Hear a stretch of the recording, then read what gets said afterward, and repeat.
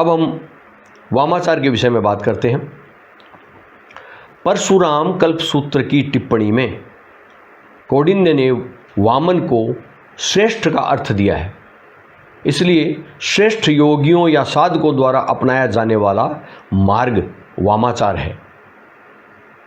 वामा का एक अर्थ विपरीत है। पारंपरिक सिद्धांतों में निवृत्ति या सुख की वस्तुओं का त्याग करना जिसको कहते हैं, उस निवृत्ति को मोक्ष या मुक्ति का मार्ग माना जाता है। वह मार्ग जो ठीक विपरीत सिद्धांत यानी कि निर्धारित तरीके से प्रवृत्तियों में लिप्त होकर भी मोक्ष को प्राप्त किया जा सकता है, उस सिद्धांत में विश्वास करता है, उसे वामाचार कहा जाता है। मूलाधार चक्र में सुप्त शक्ति को जब जागृत करके ऊपर की ओर ले जाया जाता है, अर्थात कुंडलिनी शक्ति को जब ऊपर की ओर ले जाया जाता है, तो वह सर्वोच्च चक्र या सहस्रार चक्र में स्थित परम शिव से एकाकार होने के मार्ग पर वामवर्त में स्थित 6 चक्रों में से प्रत्येक को घेर लेती है, जो कि वामावर्त में होता है, और उन चक्रों पर स्थित सभी वर्णों को अपने में समाहित कर लेती है।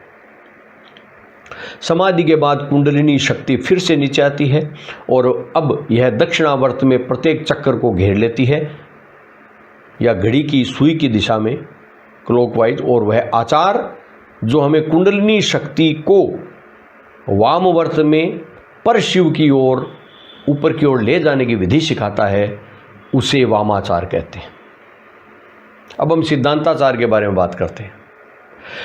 इस अवस्था में भक्त भोग और त्याग का तुलनात्मक विश्लेषण करके एक निश्चित निर्णय पर पहुंचने का प्रयास करता है, इसलिए इसे सिद्धांताचार कहते हैं। यहां भक्त पिछले आचार अर्थात वामाचार में बताई गई साधना करता है, लेकिन यहां आंतरिक यज्ञ पर अधिक महत्व दिया जाता है। अंतर्योग के एक भाग के रूप में बहियोग या बाह्य पूजा भी की जाती है। यहाँ भक्त हमेशा नित्य शुद्ध आत्मा का चिंतन करता है।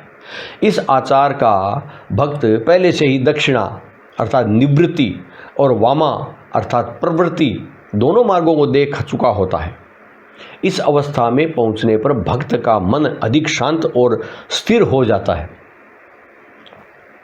या ब्रह्म ज्ञान अवस्था के निकट पहुंच जाता है। वामाचार और सिद्धांताचार वीर भाव कहे गए हैं। अब हम कुलाचार के विषय में बात करते हैं। ए कुलम शिव इत्युक्तम कुलम शक्ति प्रकीर्तिताः कुल कुलानुसंधानम उत्पन्न हो कोलिका प्रिय। कुलार्णव तंत्र उल्लास 17 के अंदर श्लोक 27। यह श्लोक तंत्र शास्त्र से संबंधित है और इसमें शिव और शक्ति के संबंध को दर्शाया गया है। इसमें कहा गया है कि शिव अकुल अर्थात बिना कुल के होते हैं और शक्ति कुल अर्थात कुल वाली होती है। जो लोग कुल और अकुल के इस संबंध को समझते हैं वे कोलिक कहलाते हैं। तंत्र में यह सर्वोच्च मार्ग है।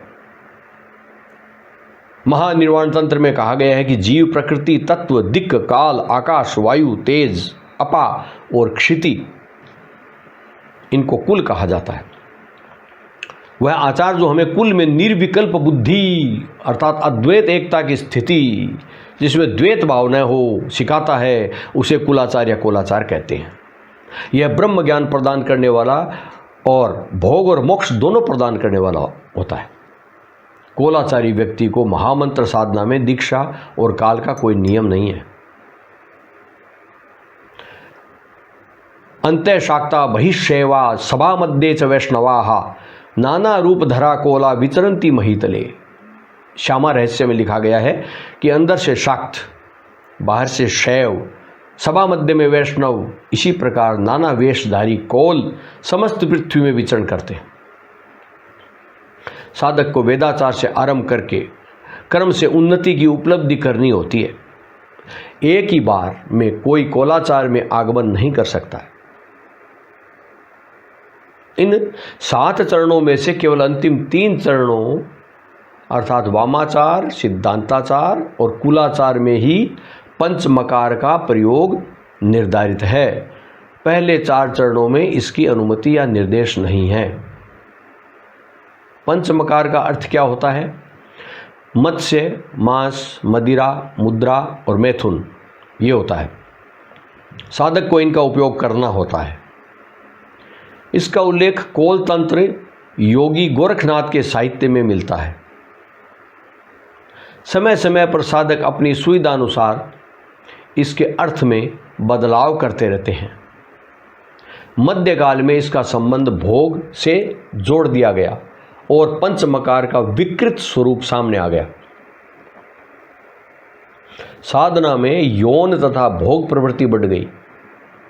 कालांतर में योगी गोरखनाथ ने पंचमकार का सही अर्थ समाज में प्रस्तुत किया।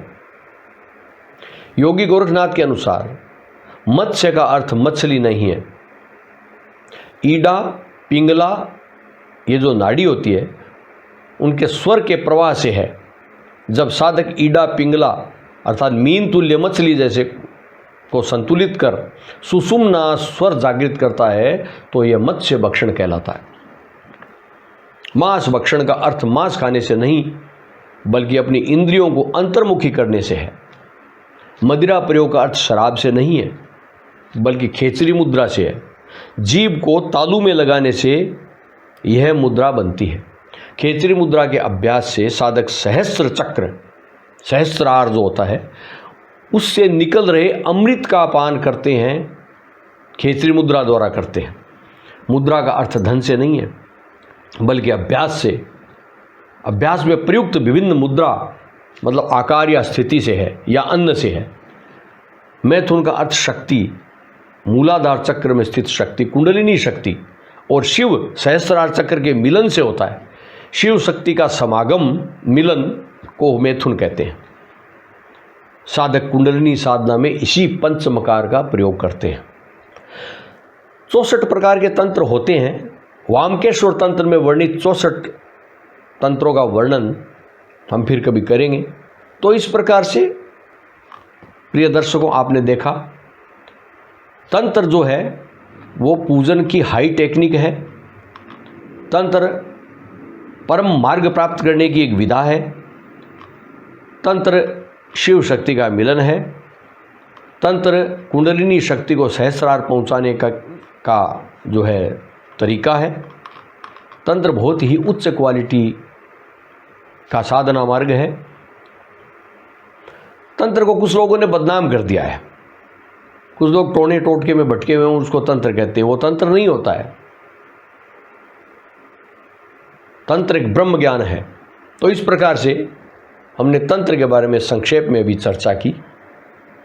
आपको वीडियो कैसा लगा? ये वीडियो आपको अच्छे लगे हों तो इनको लाइक करें। आप कमेंट भी करते रहें, दूसरों के लिए शेयर कर दें। आज इतना ही। नमस्कार।